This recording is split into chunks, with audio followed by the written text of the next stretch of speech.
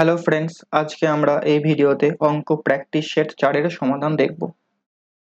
এই প্র্যাকটিস সেটটি মূলত বিগত বছরের ডাব্লিউবিবি প্রশ্নের উপরে তৈরি করা, মানে পরীক্ষায় এসেছিল সেই সমস্ত প্রশ্নকে আমি নিয়েছি।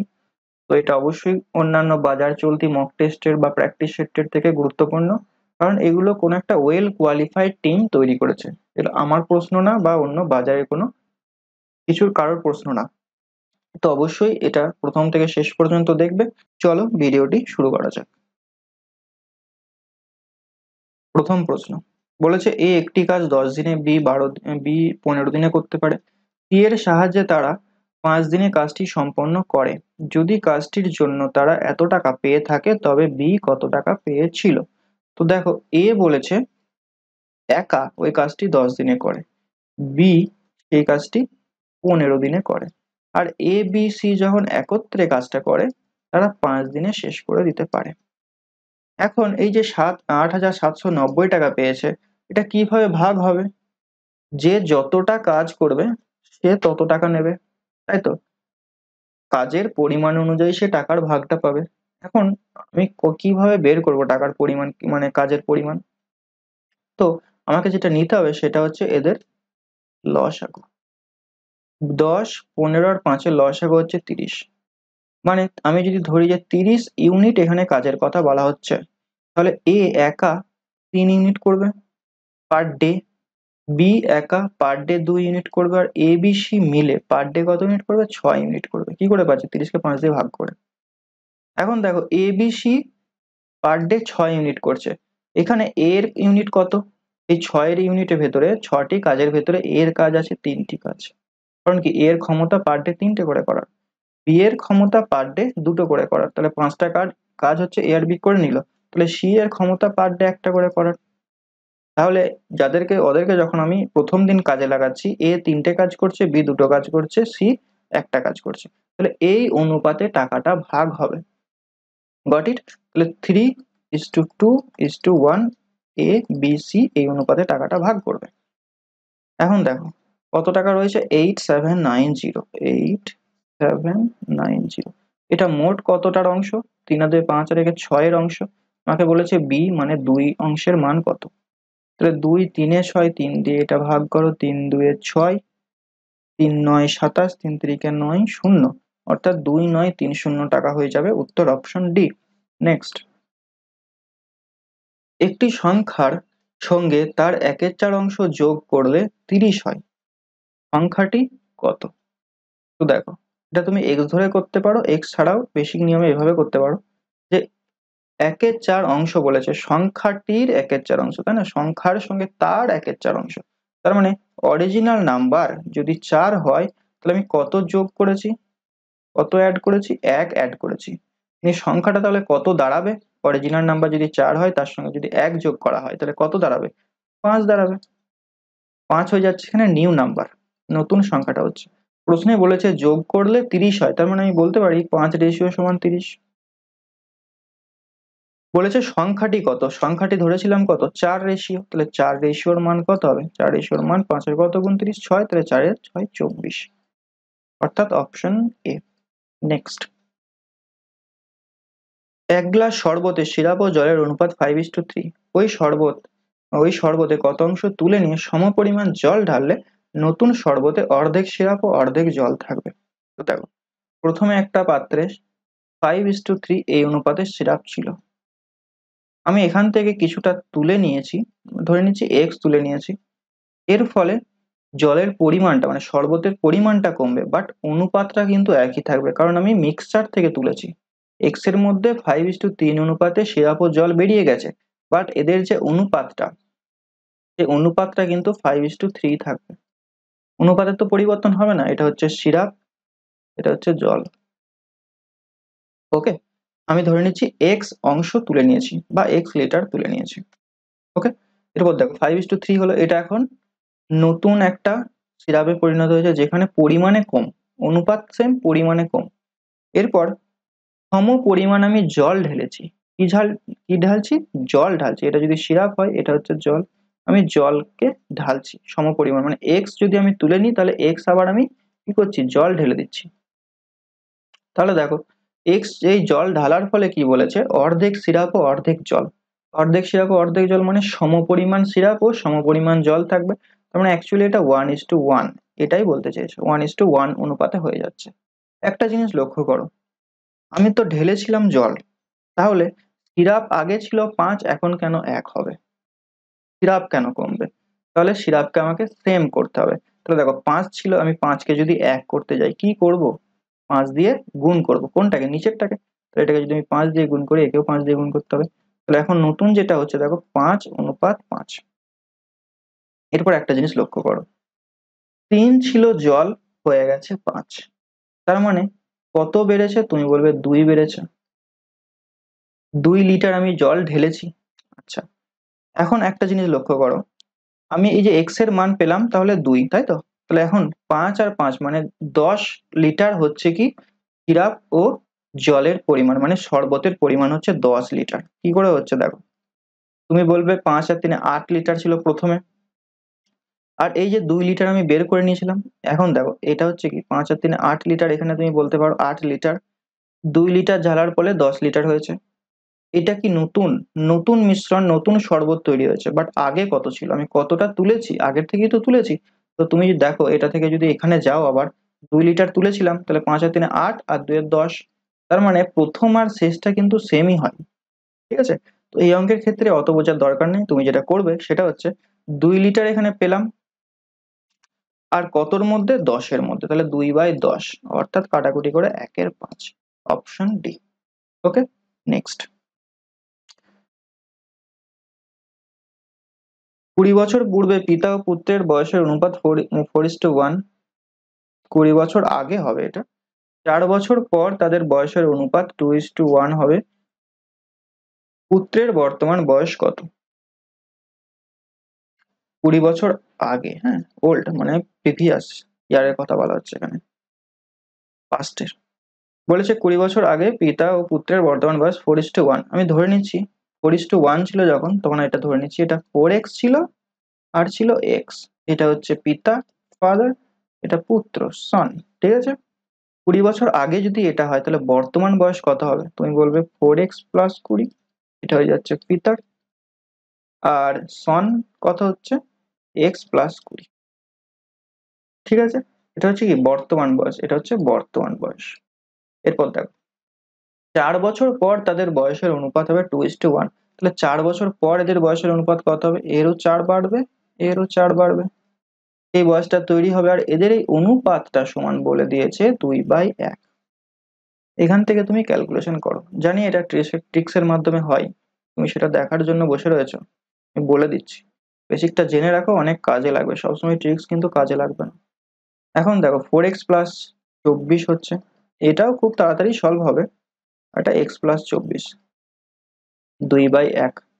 কোনাকুনি গুণ করলে 4x এর সঙ্গে 1 এর গুণ হবে, আর এই x এর সঙ্গে 2 এর গুণ হবে, নিয়ে এটা যখন আমি সমানের একদিকে নিয়ে আসবো বিয়োগ হবে, অর্থাৎ 4x - 2x মানে 2x হবে। আর 24 এর সঙ্গে 1 গুণ হবে, 24 এর সঙ্গে 2 গুণ হবে, দুটো 24, একটা 24 বাদ গেলে একটা 24, তাহলে এটা হচ্ছে তোমার 24। x এর মান 12। এখন অ্যান্সার হয়নি, কিন্তু পুত্রের বর্তমান বয়স জানতে চেয়েছে। দেখো পুত্রের বর্তমান বয়স পেয়েছিলাম x+20, তাহলে x এর মান 12 পুট করে দাও, তাহলে 20 + 12 অর্থাৎ 32। Option C is the right answer. এটা অন্যভাবেও করা যায়, যেটা হচ্ছে কি 4:1 ধরে নিলে। এরপর বলেছে 2:1। এটা কি ছিল, এখানে আছে তোমার বর্তমান বয়স, এটা হচ্ছে 20 বছর আগের ঘটনা।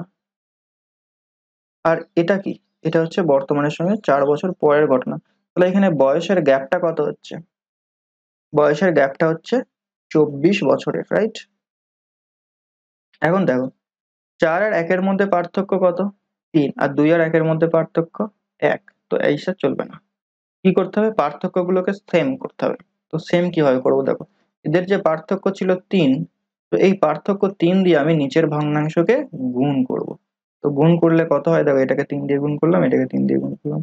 আর এদের তো পার্থক্য 1 ছিল, তাহলে এটাকে 1 দিয়ে গুণ করা একই ব্যাপার। তাহলে দেখো এটা চেঞ্জ হয়ে কত হচ্ছে, এটা 4:1 হচ্ছে, আর এটা হয়ে যাচ্ছে 6:3। ওকে, এটা দেখে মনে হচ্ছে ট্রিক্স বা তোমরা এইভাবে জানো, বাট অতটাও সহজে এটা হবে না, অনেক কিছু লক্ষ্য রাখতে হবে তোমাকে।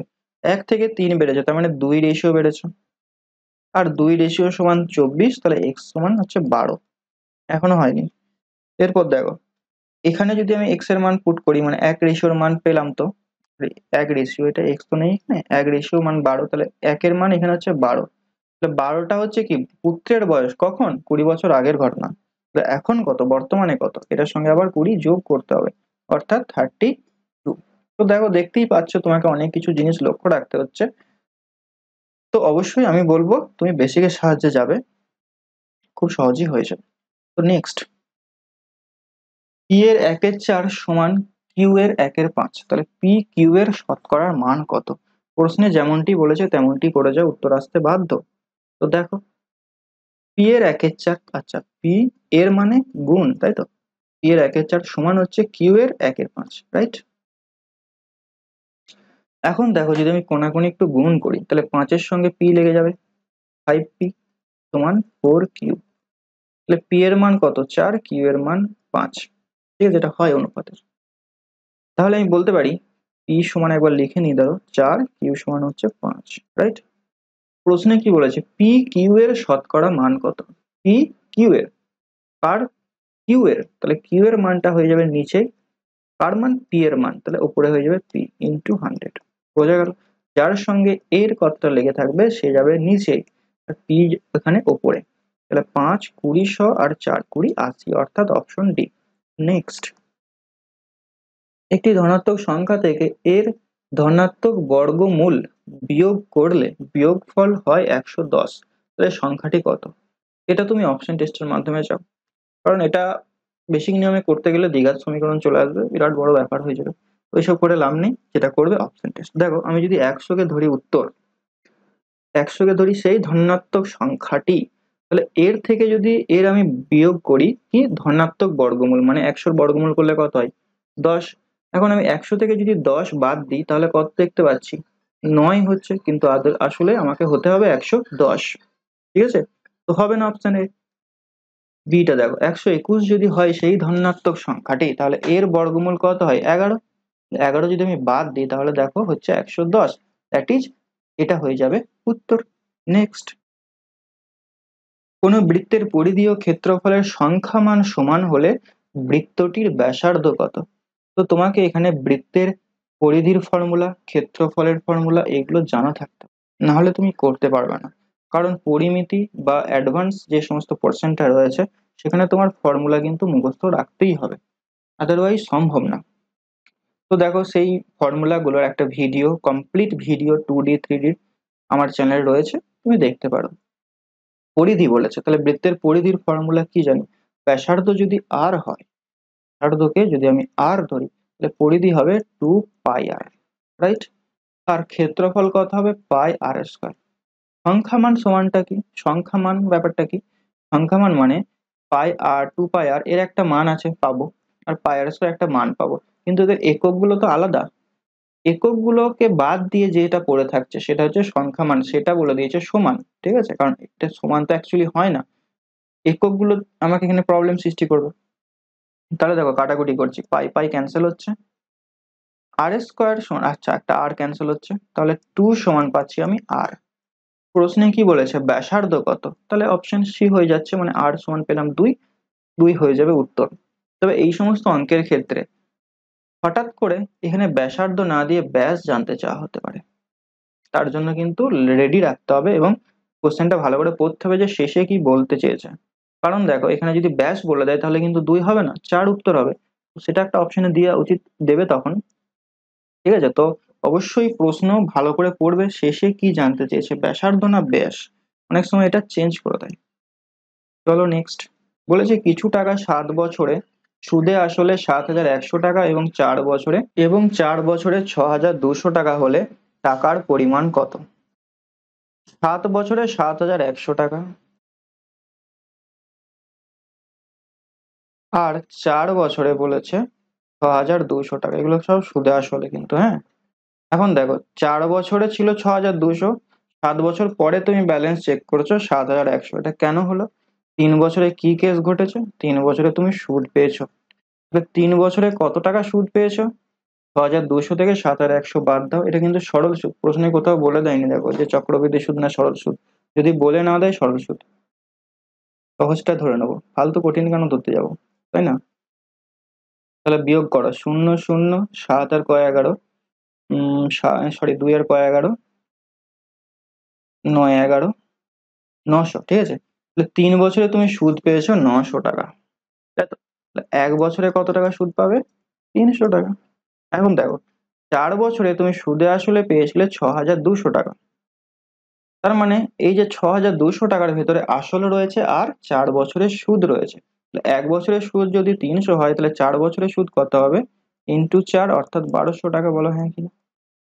তার মানে এই যে 6200 টাকা তুমি পেয়েছিলে, এখানে 1200 টাকা সুদ রয়েছে, বাকিটা তাহলে আসল। তাহলে 6200 থেকে তুমি 1200 বাদ দিয়ে দাও, অর্থাৎ 5000 টাকা। Option A. Got it? Next, কয়লার মূল্য 25% বাড়লে কয়লার জন্য ব্যয় বৃদ্ধি না করে গৃহস্থকে কয়লার ব্যবহার কত শতকরা কমাতে হবে? তো দেখো, 25% বৃদ্ধি, দ্যাট মিনস 25% মানে আমরা জানি 1/4। তাহলে 4 টাকা আগে ছিল, এখন হয়েছে 5 টাকা।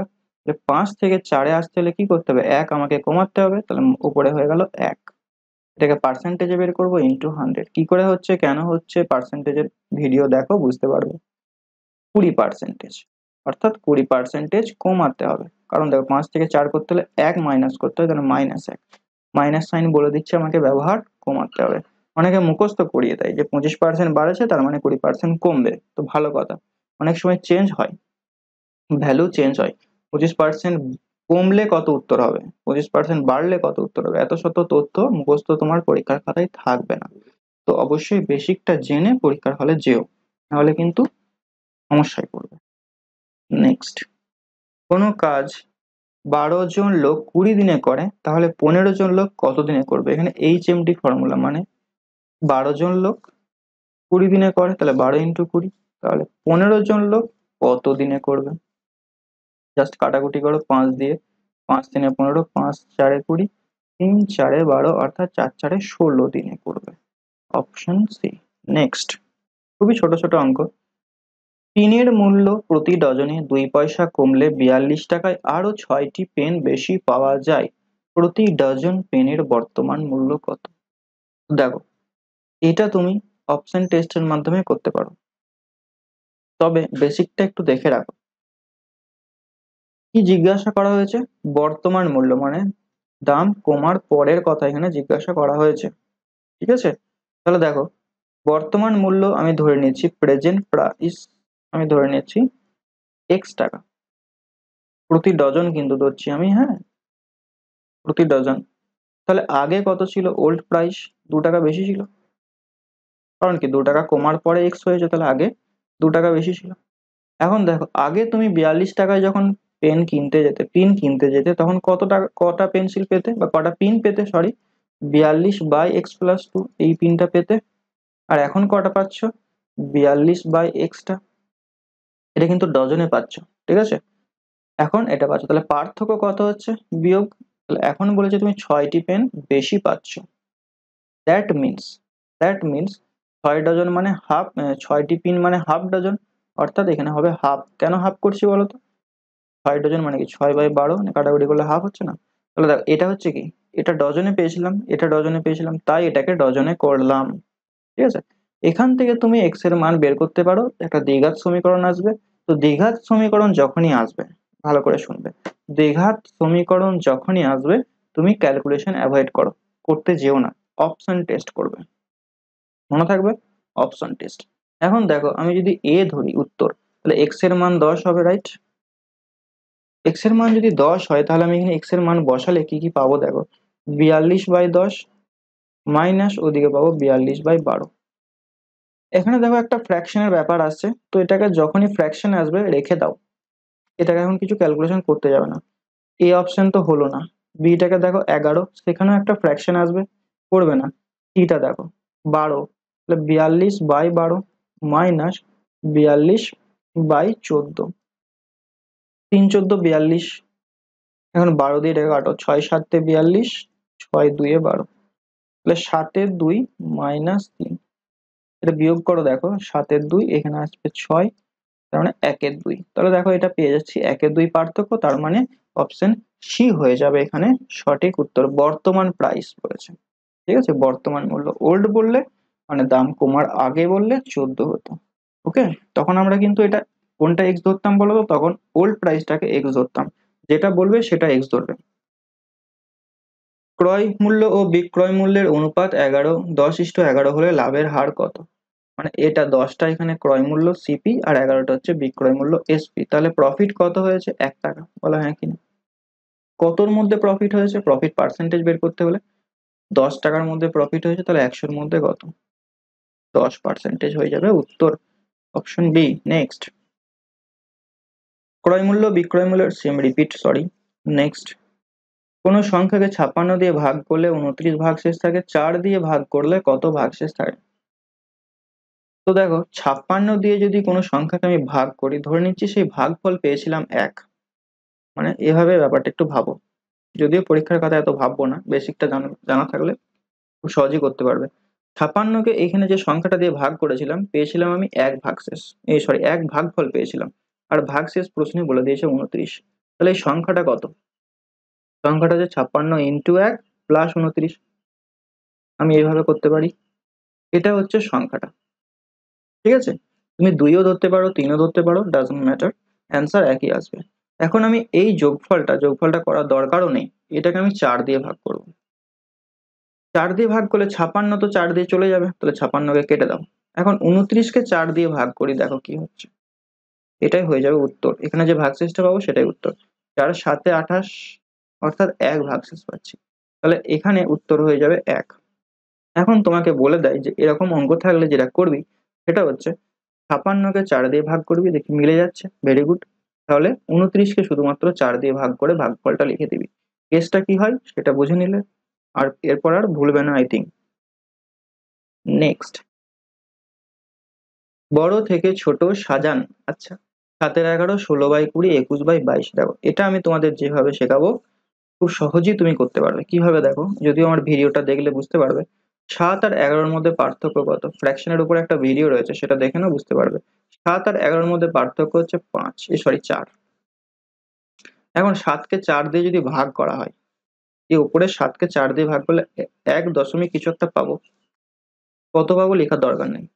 16 আর 20-র মধ্যে পার্থক্য কত? 4, তাহলে 16কে যদি আমি 4 দিয়ে ভাগ করি তাহলে কত পাবো? 4। পার্থক্যটা দিয়ে ভাগ করবো, আমরা 20 দিয়ে ভাগ করতে বলেছি, আমি পার্থক্য দিয়ে ভাগ করছি, 4 পাবো। এখন 21 আর 22-এর মধ্যে পার্থক্য হচ্ছে 1, 21কে 1 দিয়ে ভাগ করলে কত পাবো? 21।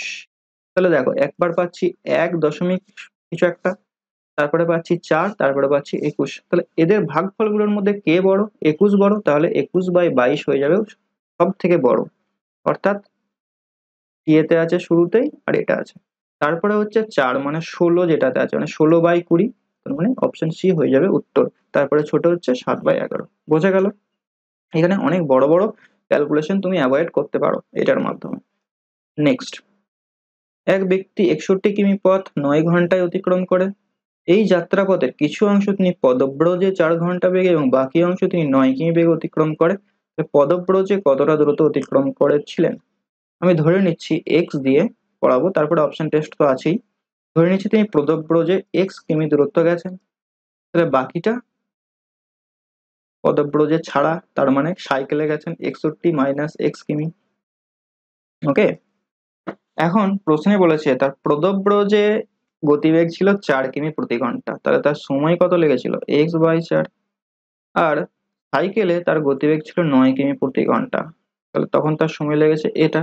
আর এই দুটো সময়ের যোগফল বলে দিয়েছে 9 ঘন্টা, এই তো এখানে বলে দিয়েছে, দেখো 9 ঘন্টা। এখান থেকে তুমি কাটাকুটি করে এক্স এর মান বের করে দাও, অ্যান্সার পেয়ে যাবে। বা তুমি আরেকটা করতে পারো, অপশন টেস্ট। কিভাবে দেখো, এখানে যে 4টা অপশন দিয়েছে সেটা সাইকেলের যাত্রা পথের দূরত্বটা দিয়েছে। আমি যদি ধরি 12 একটা উত্তর হবে, তাহলে দেখো সাইকেলে গেছিল 4 কিমি প্রতি ঘন্টা বেগে, তাহলে 12 কিমি যেতে তার 3 ঘন্টা সময় লেগেছে। টোটাল জার্নি ছিল তার 9 ঘন্টা, সে 9 ঘন্টায় অতিক্রম করেছিল, মানে বাকি 6 ঘন্টায় সে সাইকেলে গেছে, রাইট? তাহলে সাইকেলে যদি 6 ঘন্টা যায় তাহলে 6-9 54 কিলোমিটার সাইকেলে গেছে। এখন এই 12 কিলোমিটার 54 কিলোমিটার যোগফল কিন্তু 61 কিলোমিটার হতে হবে। কারণ কি মোট যাত্রাপথ তো 61, হচ্ছে কি হচ্ছে না, হবে না উত্তর। বিয়েরটা করো 24, 4 দিয়ে ভাগ করো মানে 6 ঘন্টা সে হেঁটে গেছে, তাহলে সাইকেলে কত গেছে 3 ঘন্টা, তাহলে সাইকেলে দেখো 3 নয় 27 কিলোমিটার গেছে, তাহলে 24 আর 27 যোগ করলে কত হয়, 7 হচ্ছে 11, এক হাতে রইলো 1, 2 4 5, 51 কিলোমিটার, তাহলে এটাও হইলো না। ডি এরটা দেখো, এরপর 16 কিলোমিটার মানে 4 ঘন্টা গেছে সাইকেলে, তাহলে বাকি থাকছে 5 ঘন্টা, যেটা সরি 4 ঘন্টা গেছে পদব্রজে, ঠিক আছে, 5 ঘন্টা গেছে সাইকেলে, তাহলে 5 ঘন্টা সাইকেলে কত কিলোমিটার পথ গেছে, 5 9 45, তাহলে 45 আর 16 একবার যোগ করিয়ে দেখো, 1 4 একে 5 আর একে 6, অর্থাৎ 61 অ্যান্সার। কন্ডিশন ফুলফিলড, অর্থাৎ অপশন ডি হয়ে যাচ্ছে উত্তর। তুমি এভাবেও করতে পারো। নেক্সট, একটি গোলকের সমগ্রতলের ক্ষেত্রফল 100 পাই হলে এর ব্যাসার্ধ কত? আচ্ছা, গোলকের সমগ্রতলের ক্ষেত্রফলের ফর্মুলা কি? যদি ব্যাসার্ধ r হয় তাহলে সমগ্রতলের ক্ষেত্রফল হবে 4 পাই r স্কয়ার, আর এটা সমান বলে দিয়েছে 100 পাই। পাই পাই কেটে গেল, 4 দিয়ে এটা ভাগ যাবে, কত পাবো 25, তাহলে r স্কয়ার সমান পাচ্ছি 25, তাহলে r সমান কত পাবো 5, অর্থাৎ ব্যাসার্ধ হচ্ছে 5, অপশন ডি। নেক্সট, কোন শ্রেণী পরীক্ষায় 72% ছাত্র অঙ্কে, 70% ছাত্র ইংরাজিতে, 60% উভয় বিষয়ে পাশ করে, ঠিক আছে, মোট ছাত্রের সংখ্যা 50 হলে উভয় বিষয়ে ফেল করেছে এরূপ ছাত্রের সংখ্যা কত? দেখো ফর্মুলা ছাড়া যেটা করবে ভেন ডায়াগ্রাম দিয়ে, মানে দুটো সার্কেল এইভাবে আঁকবে, ঠিক আছে, পার্সেন্টেজের প্লে লিস্টে গিয়ে পার্সেন্টেজের ভিডিওগুলো দেখো, এসব অঙ্ক কিছুই না। একটা হচ্ছে অঙ্কের ঘর ম্যাথস, যেটা আমরা শিখছি, আর একটা হচ্ছে ইংলিশ। বলেছে ম্যাথসে 72% পাস করেছে, আর ইংলিশে 70%, উভয় বিষয়ে আছে 60%। যারা এই গোলের ভেতরে বৃত্তের বাইরে রয়েছে, ভেতরে রয়েছে তারা পাশের ক্যান্ডিডেট, আর যারা বাইরে রয়েছে তারা হচ্ছে ফেল। এই টোটাল যে আয়তক্ষেত্রটা এঁকেছি এটা হচ্ছে টোটাল 100%, বা তুমি 100টা স্টুডেন্ট ধরতে পারো, তার মধ্যে 72টা আছে ম্যাথস, 70টা আছে ইংলিশ, আর 60টা হচ্ছে দুটোই। সেজন্য আমি কি লিখেছি, এই ঘরটাতে লিখেছি যেখানে ম্যাথসের অংশ রয়েছে, ইংলিশের অংশ রয়েছে। এখন দেখো, একবার এই 70 মধ্যে 60 ঢুকে রয়েছে, আবার 72 মধ্যে 60 ঢুকে রয়েছে, তো একটাকে বের করতে হবে, মানে 70 মধ্যে যদি আমি 60টাকে বের করে দিই তাহলে 10 পড়ে থাকছে। এখন ইংলিশ আর ম্যাথস মিলে কত হচ্ছে দেখো, 10 আর এদিকে 72, 82। 82% এমন আছে যারা কোনো না কোনো বিষয়ে পাশ করেছে বা উভয় বিষয়েই পাশ করেছে, ঠিক আছে, 82%। বাকি কত পার্সেন্টেজ আছে যারা কোনো বিষয়ে পাশ করেনি, মানে ফেল ফেল করেছে, অর্থাৎ 100 মাইনাস 82, দ্যাট ইজ 8, 90, 10, 18% হচ্ছে এমন ক্যান্ডিডেট যারা উভয় বিষয়ে ফেল করেছে। এখন টোটাল ক্যান্ডিডেট হচ্ছে 50, এর 18% বের করে দাও, 50 2 2 9, ঠিক আছে, 9 জন হচ্ছে উভয় বিষয়ে ফেল করেছে। নেক্সট, মান নির্ণয় করো। 1 মাইনাস 1 3, 1 মাইনাস 1 4, তাহলে প্রথমে তুমি বিয়োগটা করো, ঠিক আছে, 1 থেকে 1 3 বাদ দিলে বিয়োগ করলে কত হয় দেখো, 2 এর 3, 3 লসাগু 2 এর 3, তারপরটা 3 এর 4, তারপরটা 4 এর 5, এন্ড এভাবে চলতেই থাকবে। তারপরটা দেখো এখানে আসবে 98/99, শেষেরটা আসবে 99/100। এখন দেখো এই 3 ক্যান্সেল হচ্ছে, এই 4 ক্যান্সেল হচ্ছে, তাহলে একটা সময় গিয়ে এই 99 ক্যান্সেল হবে, এখানে 98টা এখানে কোনো একটা সংখ্যার সঙ্গে ক্যান্সেল হয়ে যাবে, তাহলে পড়ে থাকবে উপরে 2, নিচেই 100, কাটাকুটি করলে হয় 1 এর 50, অর্থাৎ অপশন সি। নেক্সট, কোন দ্রব্যের বিক্রয় মূল্য 616 টাকা হলে 12% লাভ হয়, ওই দ্রব্যটি 462 টাকায় বিক্রি করলে কত টাকা ক্ষতি হবে? 616 টাকায় বিক্রি করে 12% লাভ হয়, 12% লাভ মানে 100 টাকার জিনিসটা ক টাকায় ছেড়েছে, 112 টাকায় ছেড়েছে। প্রশ্নে বলেছে না 112 টাকায় বিক্রি করিনি, আমি আমি বিক্রি করেছি 616 টাকায়, 616 টাকাটা বিক্রয় মূল্য, তাই তো, তাহলে আমি বলতে পারি 616-র মান হচ্ছে 112। আমাকে বের করতে হবে 100-র মান। তুমি কাটাকুটিটা করো সাহস করে, দেখো 4 দিয়ে কত হচ্ছে, 4 2 8, 32, 4 8 32, 4 দিয়ে এটা 4 15 60, 4 4 16, 4 দিয়ে এটা 4 7 28, 4 25 100, 7 দিয়ে 7 2 14, 7 2 14 22 ইন্টু 25, তার মানে 50 × 11, 550 টাকাটা হচ্ছে তার ক্রয় মূল্য, জিনিসটির কেনা দাম পড়েছে। এখন সে বিক্রি করেছে 462 টাকায়, তাহলে সে লস করেছে কত টাকা, বিয়োগ করে দাও। 8, এখানে 7 আর কয় 15, 8 এ 15, 88, অর্থাৎ 88 টাকা তার ক্ষতি হয়েছে। নেক্সট। ওকে, তো আজকের ভিডিও এ পর্যন্তই। ভিডিওটি কেমন লাগলো অবশ্যই কমেন্টে জানি। ভিডিও থেকে নতুন কিছু জিনিস শিখতে পারলে অবশ্যই তুমি তোমার প্রিয় বন্ধু বান্ধবীদের সঙ্গে শেয়ার করবে। Till next video, take care.